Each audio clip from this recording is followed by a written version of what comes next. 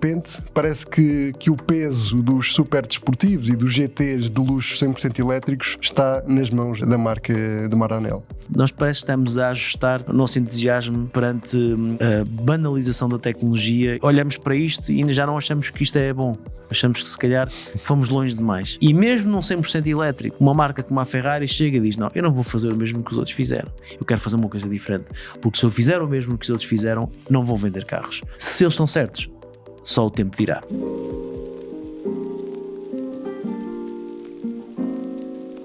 Os elétricos de luxo não estão a vender. Não é uma questão de potência, também já se percebeu que não é uma questão de aceleração, é mesmo uma questão de vontade. Quem compra um supercarro, um GT de luxo, não quer silêncio, quer emoção, quer barulho e quer um motor que conte uma história. A Rimac já percebeu isso, a Lamborghini também, e é neste contexto que vai surgir o Ferrari Luce, o primeiro 100% elétrico da história da marca de Maranello. E é precisamente sobre isso que vamos falar neste Autorádio, um podcast da Razão Automóvel, que tem o apoio do piscapisca.pt.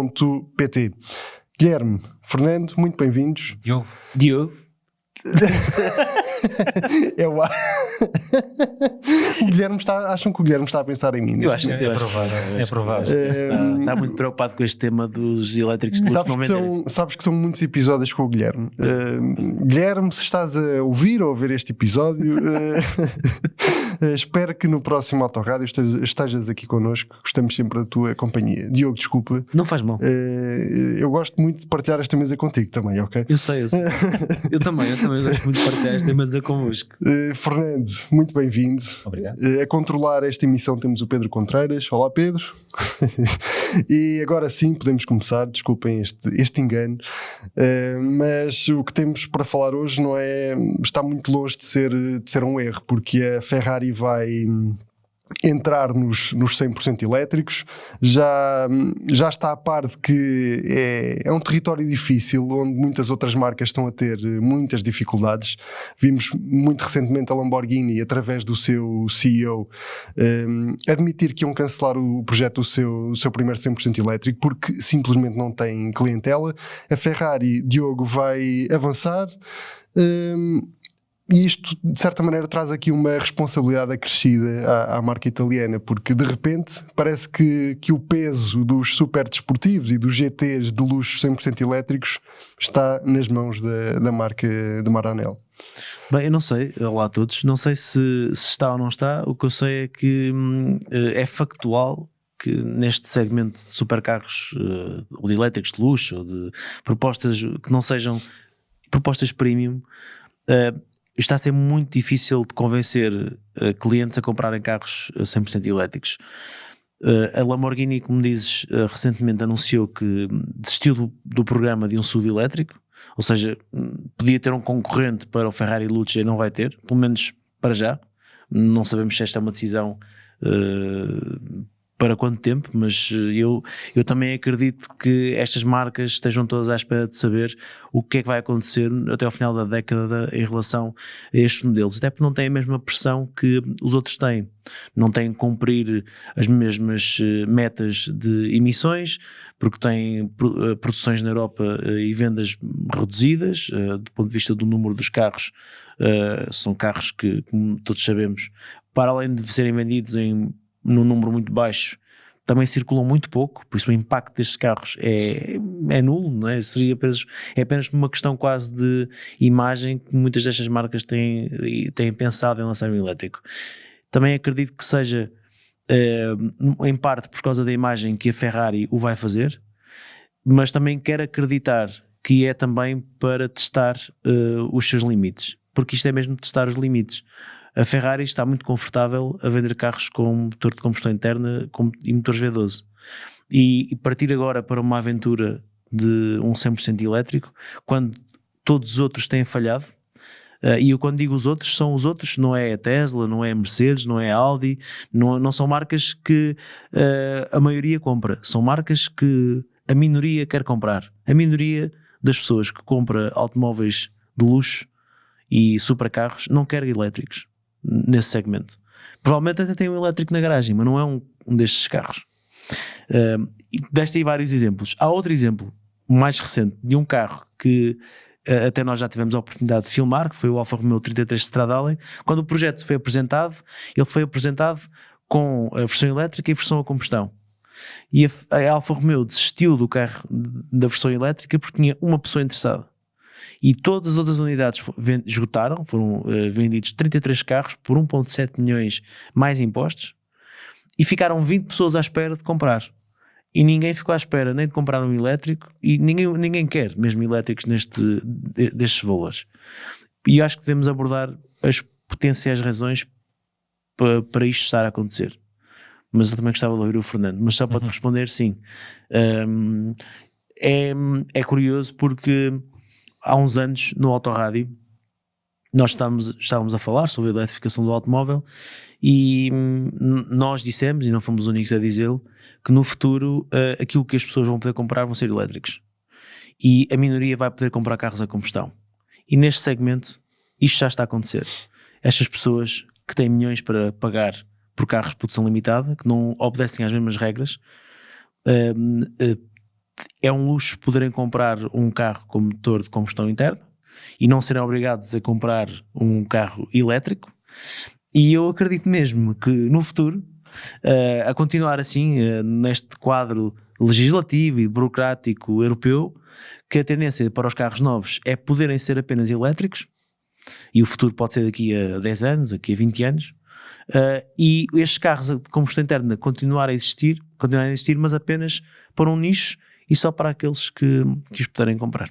E poderíamos falar inclusive de mais exemplos. Há também o caso da Rimac, Fernando, que está a passar um período complicado em termos de vendas, porque o Nevera, 150 unidades que estavam previstas para produção e não, já passaram alguns meses, anos até. Já passaram anos, já apresentaram uma evolução do carro, já apresentaram uma edição especial e tudo para ver se conseguem chegar às tais 150 unidades. 150 unidades, mas se calhar a Rimac é o melhor exemplo. Porque o senhor Matt Rimac... Sim, podemos falar da Bugatti também. É dono da Bugatti e estava tudo com receio. E vão acabar com o W16, vão fazer um Bugatti elétrico e afinal não, sai um monstro com um motor V16, com um bloco de 1 metro de comprimento, que é uma coisa sempre fascinante de ver. Tudo bem que é eletrificado e acho que é a solução aceitável, socialmente aceitável a este nível. E não é só socialmente, é também uma excelente forma de aumentar a performance. Veja-se o que é que a Lamborghini fez com a sua gama. Eletrificou os carros são todos híbridos plug-in e andam mais do que nunca. Sim, e pronto. Sim, é um facto, mas aí acho que foi pela questão da redução das emissões, porque apesar de eles não serem obrigados a cumprir as mesmas metas, eles têm que entrar em acordo com a União Europeia, neste caso falando da União Europeia, para reduzir as emissões. A Ferrari fez o mesmo em 2021, 2022, estabeleceu um plano com a União Europeia para reduzir as emissões em X%, e por isso é que agora grande parte da gama da Ferrari é toda também à base de híbridos. Tens o 296, o SF90, agora o Testarossa, e só manter o V12 ainda puro, mas não sei até quanto tempo é que eles vão aguentar essa opção. A Lamborghini já decidiu, agora já só tem híbridos plug-in e pronto, desistiram do elétrico. E neste anúncio feito pelo Stefan Winkelmann, em que dizia que iam cancelar o projeto dos 100% elétricos, ele dizia claramente: a nossa aposta daqui para a frente, até pelo menos as coisas mudarem, é híbridos plug-in. É isso que vamos fazer. Mas por exemplo, a Ferrari agora vai apresentar o Luce. Eu acho que eles só não deram o passo atrás porque se calhar já tinham o projeto, o carro praticamente pronto. Já estava há 5 anos a desenvolver o interior. E o próprio carro. Mas a questão é, a Ferrari podemos já olhar para aquilo como uma espécie de microcosmos do que está acontecendo na indústria automóvel, porque os investimentos que eles fizeram para fazer este Luce, que não é só o desenvolvimento do carro, também tem novas instalações, Exatamente. Houve aqui um investimento maciço ou massivo da própria Ferrari para este projeto a render. Só que eles já estavam a planear um segundo elétrico e nós o ano passado já dissemos, aliás, a Ferrari anunciou que esse segundo elétrico foi adiado 2 anos, era para sair este ano, foi adiado para 2028 e previsões aqui, minhas previsões, provavelmente vai ser empurrado mais para a frente, porque não há efetivamente procura a este nível por esse tipo de carros. Nós temos assistido com estas propostas de luxo ou mais desportivas 100% elétricas a que as marcas sigam o caminho dos números estratosféricos, seja através dos números de performance, seja também através dos números de potência. Diogo, achas que este caminho está esgotado? Já se percebeu que neste tipo de segmento isso já não é suficiente para convencer as pessoas, ou achas que é preciso trazer mais alguma coisa para cima da mesa? Porque daquilo que nós conhecemos deste Ferrari Luce até agora, não estamos a falar dos números mais impressionantes que nós já vimos, mas estamos a falar aqui de um rol de novidades e de um rol de decisões que realmente podem tornar este carro muito apetecível. Eu acho que a Ferrari neste Luce, aquilo que está a fazer é tentar dar a potenciais clientes algo que um elétrico não consegue dar por si só, que é dar alguma emoção do ponto de vista não só a nível de motriz, porque o carro, ao que tudo indica, vai ser de certa maneira, vai ser inovador na forma como trabalha até o som dos próprios motores elétricos. Isto é algo que nós normalmente não falamos, que uma marca que nos habituou a som de motor V12 a querer trabalhar aqui também o som destes motores, etc. Portanto, eu acho que a Ferrari não olhou só para... Não olhou só para o interior, nem para aquilo que nós já falamos do ponto de vista tecnológico, vai olhar para o carro como um todo. Agora, quando uma marca decide fazer um elétrico, ela, em primeiro lugar, a Ferrari tentou impressionar pelo interior, como nós vimos nas imagens, e para isso, já falamos isso sobre aqui, foi buscar uma equipa de design externa, orientada naturalmente por Flávio Manzoni, que é o diretor de design da Ferrari, e pela sua equipa também, que durante 5 anos andaram a fazer viagens entre Estados Unidos e Itália, e sabe-se lá mais onde, para estúdios onde foram validar todas as opções de design que o criador do iPhone e de outros aparelhos eletrónicos que liderou os destinos da Apple propôs à Ferrari. Se nos dissessem isto há 10 ou 15 anos, nós íamos achar que era uma piada. E não há dia de abril ainda, e apesar de estarmos perto, não é tudo mentira que isto está a acontecer e que aconteceu. Outro detalhe interessante, o carro foi apresentado em São Francisco. Que é o berço desta nova era tecnológica e destas startups tecnológicas que nós bem conhecemos, em Silicon Valley. Portanto, a Ferrari tenta entrar nos elétricos pela porta grande da tecnologia, e eu acho que é um bom caminho, porque ir lá só pela potência, como tu estás a dizer, e pela aceleração de 0 aos 100 km por hora, correm sempre o risco de não ser suficiente, tendo em conta que isso é algo que outros elétricos bem mais baratos do que um Ferrari também fazem. Mesmo depois, dinamicamente, o carro seja muito superior, mas estamos a falar de carros que são utilizados no mundo real, onde os tempos por volta não interessam. Estamos a falar de um carro, neste caso o Ferrari, que também aponta um segmento importante. É um crossover ou um SUV, ainda não sabemos muito bem. Portanto, é uma espécie de pur-sangue elétrico. E no outro dia comentava isto com o Fernando, pur-sangue, neste momento... se houvesse mais, eram vendidos, porque a Ferrari só não vende mais porque limitou a produção. Portanto, há uma procura efetiva por SUVs de luxo, de performance. Se o caso da Lamborghini com o Urus também é, claro. Sem o Urus a Lamborghini não existia, provavelmente, porque não teria vendas para alimentar um V12 plug-in no seu desenvolvimento, como tem agora no Revuelto, não tinha dinheiro para fazer um temerário. Portanto, estas marcas dependem destes produtos. Se a Ferrari vai encontrar no Luce um sucesso de vendas, eu acho que potencialmente pode encontrar, tendo em conta que depois também vai limitar a produção, portanto também vai adequar certamente o carro e as vendas depois, a disponibilidade do produto também à procura, também é uma técnica é muito melhor ter um carro que está sempre esgotado ou potencialmente esgotado do que ter um carro como o caso da Rimac, que nem sem descontinuidades conseguiram vender. Isto acontece e vamos olhar também para outro caso de outras marcas. E não é só por ser a combustão ou elétrico. Há casos de carros a combustão de performance que também têm ficado aquém nas vendas. Por exemplo, o Maserati MC20, que mudou de nome agora, teve uma versão GT2 Stradale com bastantes unidades, creio eu, 914 unidades, salvo erro, ou coisa do género. Não me recordo. E que, pelo menos da última vez que vi, as vendas não estavam propriamente a ser fantásticas. Não é um carro elétrico. 1914. Pronto. Nossa, mas pronto, acho que o problema da Maserati não está. Eu creio que não são 914 unidades? Não. Estou a ver que são 1914. A sério? Sim. Okay.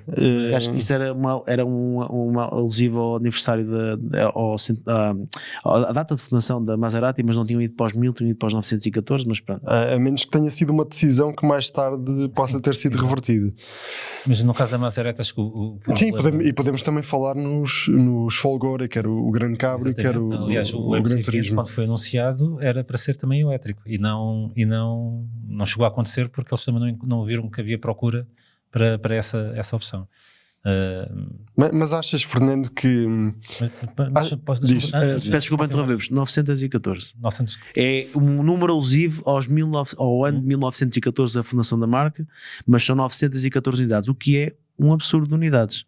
É possível que ele tenha ajustado esse... Não. Os 914, aliás, está no vídeo que eu fiz com o carro. 914 é um número alusivo ao ano 1914. Okay. E eu já na altura disse que achava que eram muitas unidades, que são quase 1000 unidades de um carro, que é, no fundo, um Porsche 911 GT3 ou GT3 RS lá, de uma marca que não tem propriamente um registro de vender muitos carros como a Porsche. E não sei se as coisas estão a correr assim tão bem. Mas só para completar uma coisa que estás a dizer da Ferrari, o facto de não, dispersando, sim. Sim, o facto de ter ido a São Francisco, ter ido ao berço da Silicon Valley e aquilo tudo, ter contratado o inventor, o designer do iPhone para desenhar o interior, se calhar aí poderá estar a solução, ou seja, estar a apelar a um público que não é o tradicional, estar a apelar ao público que gosta da tecnologia. Vimos nisso no interior, porque aquele interior de Ferrari não tem grande coisa, apesar da inspiração do passado. Um interior muito mais tecnológico e mais frio que aquilo que a Ferrari costuma fazer. E ao que consta, como é que se chama a empresa? A Love From também participou no design exterior. Sim. Então, estou muito curioso para ver o resultado final, mas acho que vai ser um Ferrari para apelar a outro tipo de clientela que não os tradicionais. Mas não achas que apesar de tudo isso que estás a dizer, houve aqui um certo cuidado em pesar muito bem a dose de tecnologia que este interior recebeu? Porque nós olhamos para aqui e há aqui vários elementos analógicos. A escolha dos materiais parece-me que foi extremamente cuidada. Nós olhamos aqui para alguns botões e quase conseguimos perceber só através das imagens que eles vão ter um determinado tato. E isso não só é muito importante numa marca como a Ferrari, como também de certa maneira é um pouco diferente daquilo que nós estávamos habituados a encontrar neste tipo de proposta. Sim, acho que faz parte de um movimento maior que estamos já percebemos que os ecrãs táteis e os ecrãs gigantes não são uma boa solução, ao nível de ergonomia não são uma boa solução. E o facto de serem táteis roubam-nos precisamente o sentido do tacto. E tendo em conta que este supercarro, este carro da Ferrari, este carro elétrico da Ferrari, não vai ter um motor a cantar, acho que tem que compensar de alguma forma a experiência de ter aquele carro. E a experiência passa pela tatilidade. E acho que isso vai ser muito importante. E há aí uns vídeos muito giros com aqueles... com os sons só dos botões dessa apresentação que eu vi do interior. E aquilo faz todo o tipo de cliques e de estilo interruptores, é muito engraçado aquilo. Agora, será que isto é suficiente? É a grande dúvida, mas acho que a Ferrari tem a mesma dúvida, porque isto só vai ser algo do qual vamos poder retirar algumas ilações depois do carro estar à venda, saber se vai ter procura, se não vai ter procura. Eu acredito que vai ter procura.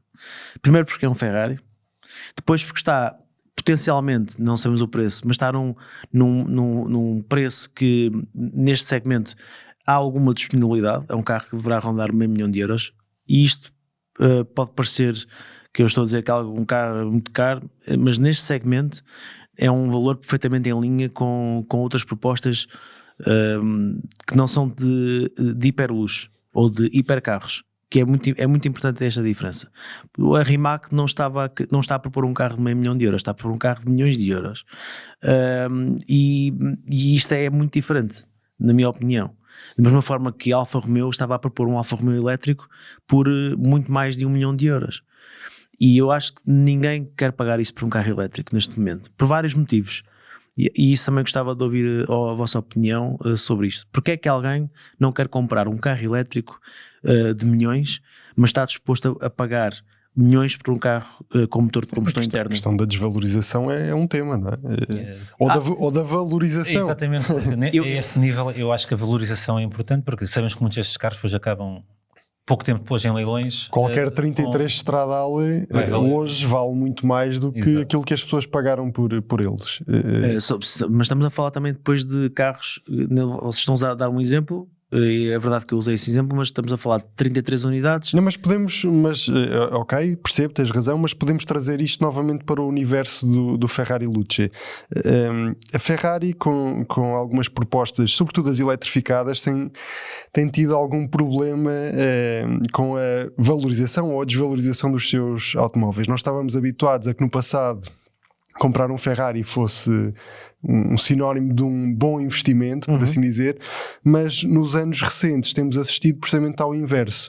Por exemplo, alguém que comprou um SF90 e que pagou 800, 900 mil euros, hoje em dia tem um carro na garagem que já anda a ser comercializado no mercado de usados por 400 e poucos mil euros. Isto não era comum acontecer numa marca como a Ferrari. Vocês acham que neste Ferrari Luce a Ferrari corre o risco de ver isso ser acentuado? Eu acho que depende a julgar por este interior. Acho que o carro tem boas pode ter alguns bons ingredientes. Eu sei que isto é polémico, porque nem toda a gente gostou do interior do carro, mas eu acho que neste segmento é algo verdadeiramente diferente. Isso é importante. Se o carro não for um carro de grande volume, se a Ferrari souber limitar de forma inteligente e tiver possibilidade para o fazer, porque como o Fernando disse no início, o investimento foi muito elevado, claro, e podem cair na tentação de tentar vender mais carros porque para tentar preencher algum valor que tenham como objetivo arrecadar com a venda deste Ferrari. Mas se a Ferrari não fizer isso, se o exterior também for um exterior diferente isto não estamos aqui a ter uma conversa, a falar sobre automóveis e a fazer previsões, nenhum de nós é a Maia, não é? E muitas vezes até as pessoas falham. Eu acho que o carro tem potencial e acredito que poderá ser um carro culto. É o primeiro Ferrari elétrico. A Ferrari como marca tem um grande valor, não podemos ignorar o valor da Ferrari. E o primeiro Ferrari elétrico vai ser sempre o primeiro Ferrari elétrico. Sim, e este elétrico vai ter algo que mais nenhum teve até agora, que é aquele cavalo num símbolo amarelo na frente. E isso, como estavas a dizer, Diogo, vale muito. Deixa só tentar aqui a completar o pensamento do Diogo, porque assim a Ferrari anunciou, já apresentou os resultados financeiros, estão a fazer uma batelada de dinheiro, apesar das vendas terem diminuído um pouco. Sim. Mas a estratégia deles para os próximos anos é muito clara: reduzir a produção. Aliás, apresentar mais modelos com produção mais reduzida, não é reduzir a produção no geral, mas pronto. E acho que o Luce vai também ir pela mesma bitola, ou seja, se eles anunciarem que o carro vai ser produzido, sei lá, em 250 ou 300 unidades anuais? No totais? Pode ser mesmo que seja 1000. Estou a especular. Eu acho que isso não fazia sentido nenhum. Só por uma razão, porque o segundo Ferrari elétrico que eles queriam lançar, esse era para ser o modelo de série, o modelo de volume. E esse é que efetivamente ninguém estava interessado. Este Luce acho que vai ser um pouco como o Purosangue. Vão limitar propositadamente a produção. Não, claro que eu mandei aqui um número para o ar, não tem nenhuma ligação com a realidade, mas por exemplo, no caso do Purosangue, acho que eles quiseram limitar a produção a 20% da produção total da marca. É exatamente isso. Pronto. Então ficaram com uma lista de espera gigante. Neste Luce, o que é espetacular. E neste Luce acho que vão fazer a mesma coisa. Agora, se haverá gente suficiente, ou seja, se vai gerar o interesse suficiente para os potenciais clientes irem para a fila de espera, isso é outra questão agora. Mas agora, eu acredito que não vai ser um carro com volumes grandes, ou seja, claro que não vai ser 150 carros como o Rimac Nevera, mas mesmo que sejam 1000 carros, se for limitado, isso sim pode contribuir então para a tal valorização, para a tal... Nunca vão admitir que o carro é limitado, mas porque a Ferrari também não tem o hábito de revelar números de limite de produção, mas sabe-se sempre, à exceção de versões especiais naturalmente, mas sabe-se sempre que a produção não é, pronto, é limitada, às vezes pode ser no tempo, pode ser, enfim. Eu acho que se a Ferrari tomar esta posição de reduzir a disponibilidade do modelo de forma a criar escassez propositadamente, criar um produto que bata nos pontos certos do ponto de vista dinâmico, também é um carro que espero que seja interessante de conduzir, apesar de também não ser o Ferrari com a maior pretensão a esse nível, tendo em conta que a carroceria em que se está a apresentar também não é uma carroceria que vá ao encontro do que procuram as pessoas que querem, seja ao volante, que é um crossover, um SUV, quer dizer, não, há limitações também do ponto de vista físico, não é só... agora... Pode ser, lá está. Eu gostava de saber depois, de ver nos comentários o que é que quem está a ouvir acha sobre este Ferrari elétrico. Eu não acho que seja uma heresia. Eu disse isso no meu artigo de opinião que foi publicado a semana passada. E não acho que criar um Ferrari elétrico seja uma heresia, não acho que esse Ferrari esteja às voltas no túmulo, como tenho lido. Eu acho que a Ferrari está a tomar uma posição que é expectável, sim, que é querer lançar um carro elétrico, preparar-se para um futuro em que vai ter que lidar muito provavelmente com a eletricidade mais do que neste momento está a lidar. Isto também lhes traz competências. Está a fazer uma viragem no interior dos seus carros. O tempo precisava. O tempo é que dirá, porque as vendas é que vão dizer se esta viragem vai no bom sentido ou não. Eu acho que sim. Porque não são interiores que têm apenas e só ecrãs, sem botões, com pouco investimento, com uma pele ou outra e carbono, porque eu creio que acho que todos estão um pouco fartos desse tipo de interiores, se foram completamente banalizados, e isto é tudo menos banal. O interior deste carro não é banal, olhando para os detalhes, perceber que usam peças inteiras maquinadas de alumínio, como o Fernando falou há pouco, o tato dos botões, o peso, tudo aquilo que foi pensado, dando um exemplo de uma marca que faz carros muito mais para o mundo real, Audi. A Audi teve um período que vai ser certamente no futuro olhado como um período negro nos últimos anos, que foi este período dos interiores em piano, dos botões dos interiores sem botões ou com botões sem áptica, que não são botões, ecrãs por todo lado e desprovidos de qualquer tipo de qualidade que estava associado aos modelos da Audi, e deu um passo atrás para voltar a fazer carros com o interior com alumínio, com botões, a sentir-se que são botões verdadeiros, para as pessoas poderem pensar, olha, eu comprei isto, e eu não tenho a mesma experiência a conduzir o meu Audi como quando pego no meu smartphone, ou quando estou no meu comando da televisão, ou até se calhar até num comando da televisão hoje a experiência é melhor do que num Audi moderno. E não é ser um detrator da Audi, eu adoro a marca. Depende do comando. Eu adoro a marca. Johnny Ive desenhou comandos muito interessantes. O comando da Apple TV é um comando muito bom. Exatamente. Em alumínio, em metal, com bom tato, com excelente tato, lá está, com frieza, lá está. Eu acho que isto é tão evidente. Ninguém gosta de agarrar um bocado de plástico e dizer, isto é que é bom. E o peso. Sim, muito importante. E eu posso-vos dizer, eu tenho vários comandos em casa e o meu filho só quer um, que é esse. É o único que ele acha piada àquilo. Depois está naquela idade em que meter um comando em alumínio ou em metal aqui nos dentes, aquilo me mete um bocado de impressão, mas pronto. Mas o puto lá sabe, coitado, que é muito pequenino. Mas onde é que eu quero chegar? Há uma procura, e o Fernando foi um ponto importante. Nós parece que estamos a ajustar o nosso entusiasmo perante a banalização da tecnologia e onde isto nos trouxe. Olhamos para isto e já não achamos que isto é bom. Achamos que se calhar fomos longe demais. E mesmo num 100% elétrico, uma marca como a Ferrari chega e diz, não, eu não vou fazer o mesmo que os outros fizeram, eu quero fazer uma coisa diferente, porque se eu fizer o mesmo que os outros fizeram, não vou vender carros. Se eles estão certos, só o tempo dirá. Mas eu acho que há aqui um fundo de verdade nesta abordagem e devemos levar isto a sério. Eu gostava só de percorrer aqui um bocadinho os números que já são conhecidos deste Ferrari Luce, porque lá está, não sendo... isto já não nos impressiona e isso em determinado ponto também é um bocado assustador, porque se banalizaram carros com 1000 cavalos de potência, muito por culpa dos 100% elétricos, mas dizer apenas que este Ferrari Luce vai ter 4 motores elétricos, vai produzir mais de 1000 cavalos de potência, será capaz de acelerar do 0 ao 100 em 2.5 segundos, velocidade máxima de 310 km por hora e uma bateria com 122 kWh de capacidade. E aqui isto pode pode ser um problema. Ou seja, deixa-me só dar-te a minha palavra perante tudo isso. Banal. Não, completamente banal. Tens carros de 120 mil euros a fazer isto. Espera, mas a única coisa não banal aqui é a questão dos 4 motores.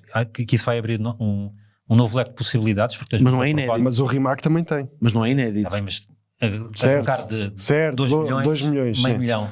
E brevemente BMW e M3 que também vai ter a mesma... Lá está, mas vai ser um carro de 100 e tal mil euros. O problema da tecnologia elétrica é esse, é que tu consegues pegar numa coisa que devia ser exótica e de repente vais qualquer um faz, não é? 100 mil euros. Quando o Ferrari Luce chegar ao mercado, há outros carros elétricos que vão ter a mesma configuração de motores. Sim. Portanto, isto é um bocado, por isso é que eu digo, acho que banal. Mas não, a Ferrari não tem culpa, ou seja, ninguém espera que a Ferrari lançar um 100% elétrico do ponto de vista dos motores elétricos que fosse encontrar certo, mas agora eu tiro aqui outro dado para cima da mesa, que é, ok, a Xiaomi faz isto, ok, a Tesla faz isto, mas a Xiaomi e a Tesla não têm décadas de experiência na Fórmula 1. E nós sabemos que a Fórmula 1 já é há vários anos eletrificada. A Xiaomi e a Tesla não estão presentes há muitos anos no Campeonato do Mundo de Resistência, que já lida com carros híbridos. A Ferrari tem experiência de eletrificação, certo, não só nos seus modelos de produção, mas também na competição. E depois... faz carros que têm que ser divertidos de conduzir e têm que ser eficientes em pista, mas eu não sei até que ponto, eu não sei até que ponto é que isso depois tem alguma influência neste mas não sei.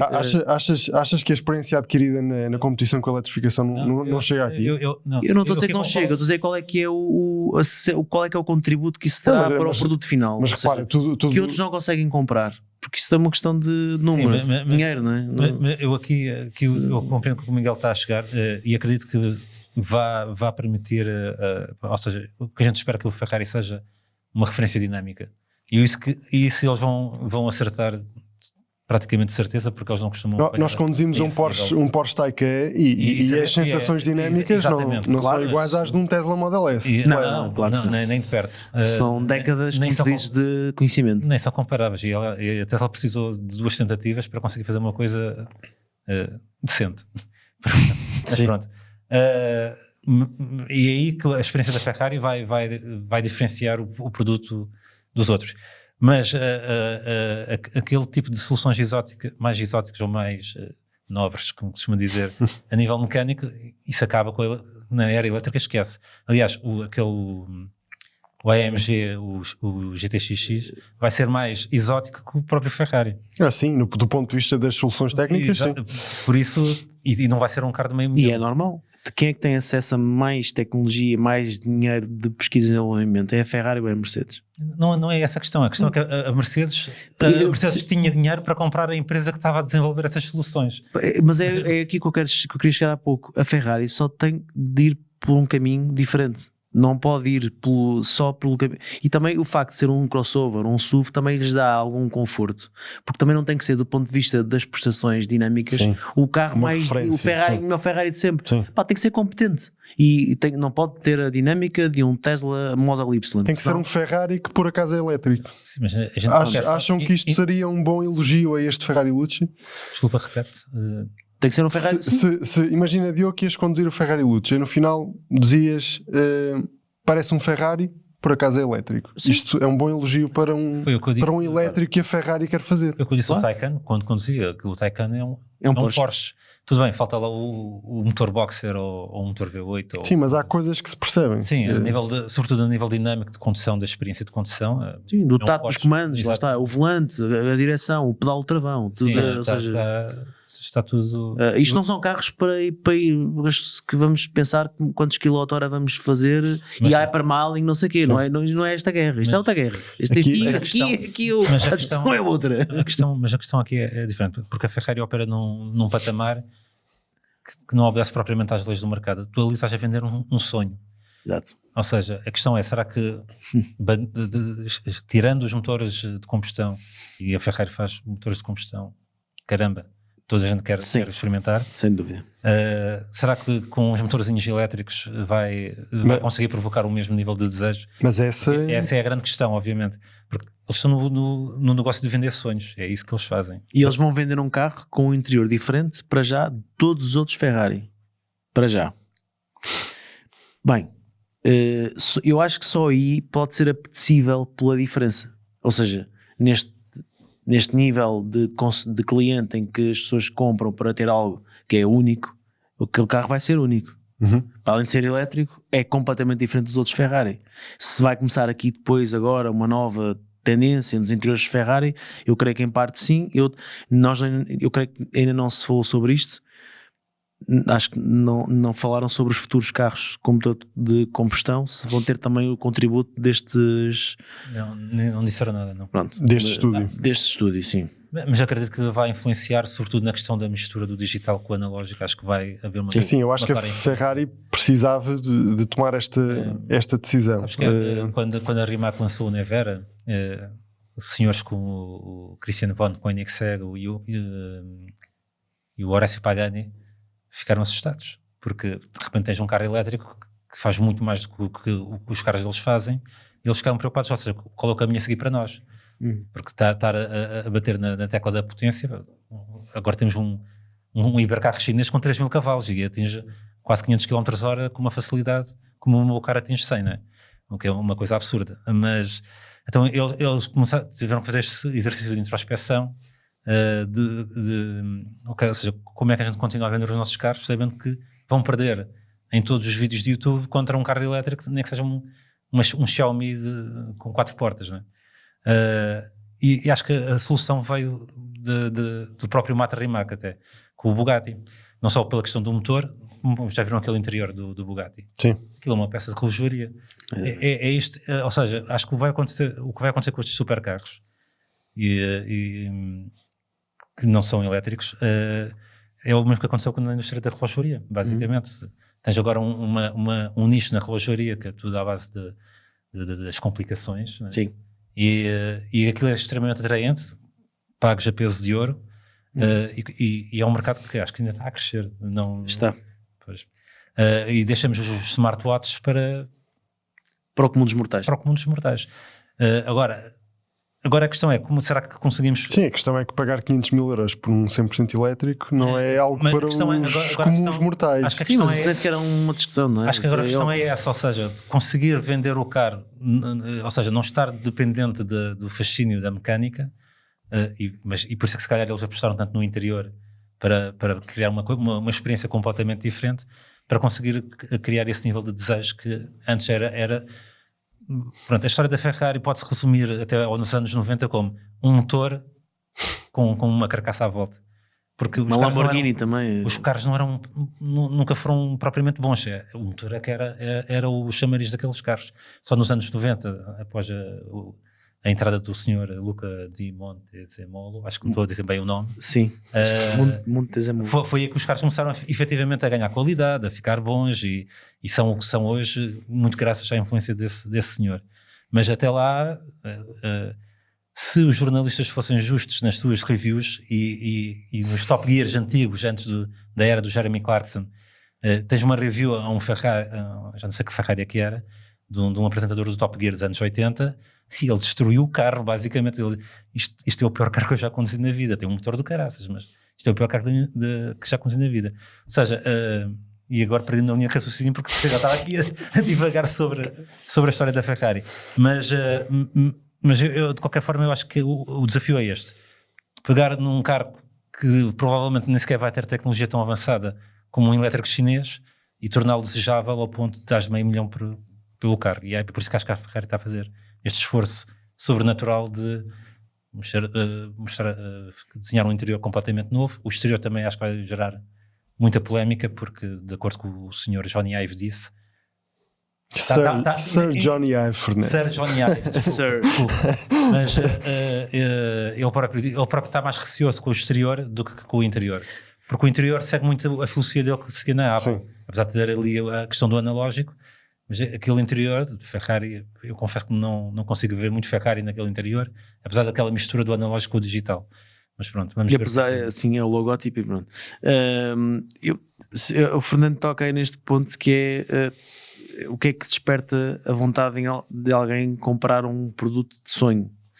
E de facto na Ferrari durante muitos anos foi isso. Essa era a visão do próprio Enzo Ferrari. O V12 está e sempre esteve na gênese da marca, é a sua base. E agora, em vez de um V12, estão lá 4 motores elétricos. Aconteceu isto, ou seja, não há, mesmo nos carros a combustão também há histórias similares de coisas que se vão perdendo, que é isto que nos tem trazido a eletrificação do automóvel ou a redução do número de cilindros, mesmo nos carros de sonho. Por exemplo, no caso da Lamborghini, o Temerário é o sucessor do Huracan, mas ao contrário do Huracan, que tinha um motor V10 atmosférico, o Temerário tem um motor V8 biturbo. E é certo que é um V8 biturbo que faz 10.000 rotações e é único, e é insano, não sei. E eu conduzi o carro recentemente à Itália e também conduzi um Huracan. O último que eu conduzi foi um Huracan Evo Spider. E sem dúvida que o Temerário é um carro excepcional, rápido, absurdamente rápido. Aliás, eu vi um vídeo da apresentação do carro no Estoril, chega ao final da reta do autódromo do Estoril a mais de 300 km/h. Isto é loucura. E conduzi o carro, de facto o carro faz 10.000 rotações, tudo, é tudo muito visceral, ouve-se tudo, o motor está mesmo aqui atrás, etc. Mas, do ponto de vista da elegância, é difícil bater um V10, para não dizer impossível. Porque um V10 atmosférico tem outra alma. O carro, ou seja, é um carro diferente. É um carro que acaba por ser muito mais rápido, muito mais eficaz e muito mais rotativo.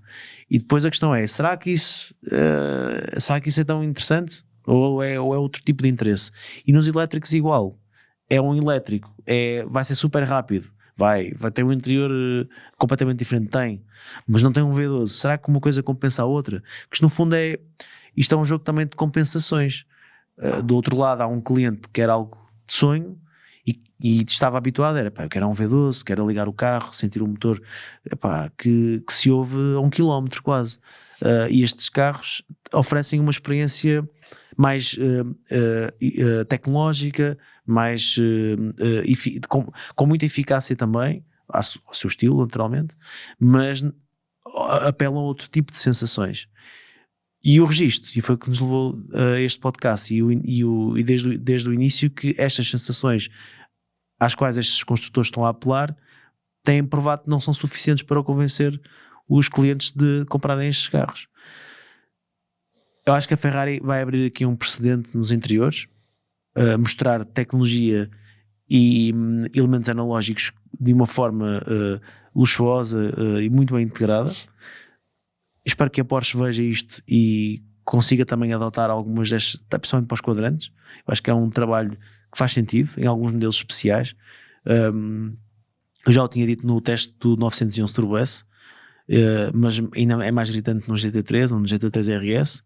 Acho que estas marcas devem procurar um compromisso entre analógico e digital e esforçar-se para fazer uma melhor fusão dos componentes. Faz parte, mas é este processo. Eu acredito que a Porsche vai voltar a investir nisto, em voltar a trazer alguns ponteiros, em voltar a trazer alguma tecnologia a este nível. A Ferrari, eu acho que tem aqui uma boa base para um carro que pode ser um carro muito interessante, mas futuro O futuro é muito longe. Mas traçando aqui um cenário mais fatalista e em jeito de conclusão para este autorrádio, vamos imaginar, Diogo, que este Luce é um flop em termos comerciais.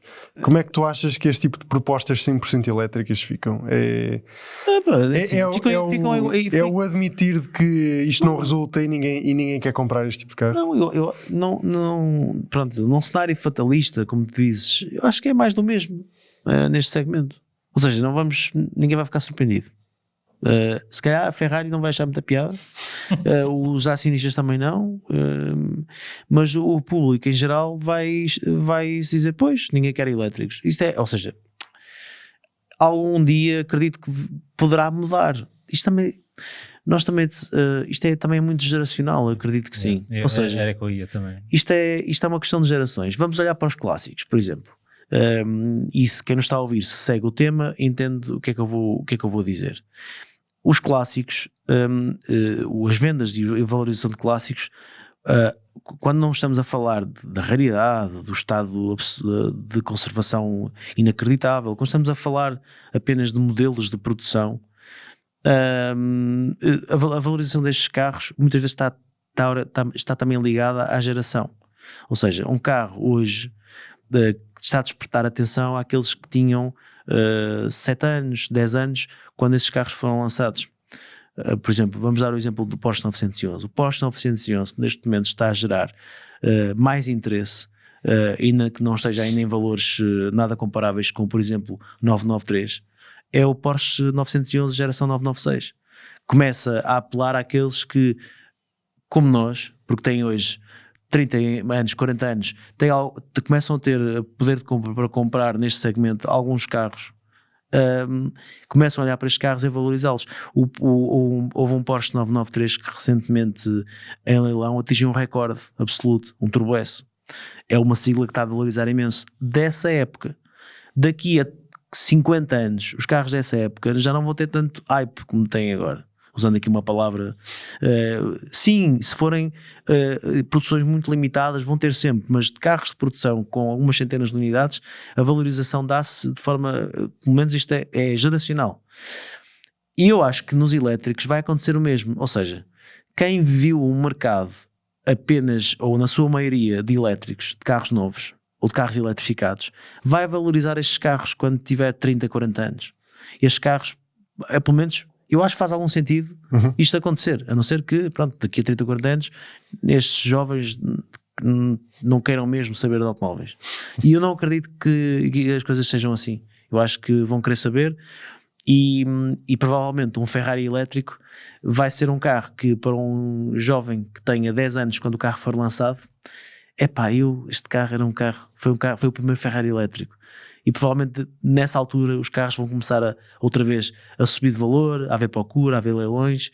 Isto é tudo muito geracional. E da mesma forma que estamos aqui a falar de carros elétricos e temos muitos ouvintes e muitos leitores nossos que são da nossa idade ou até mais velhos do que nós, e falam disto com o saudosismo de quem olha para estes carros e não concebe sequer a possibilidade de que eles sejam elétricos. E está tudo certo com isso, porque não é da sua geração.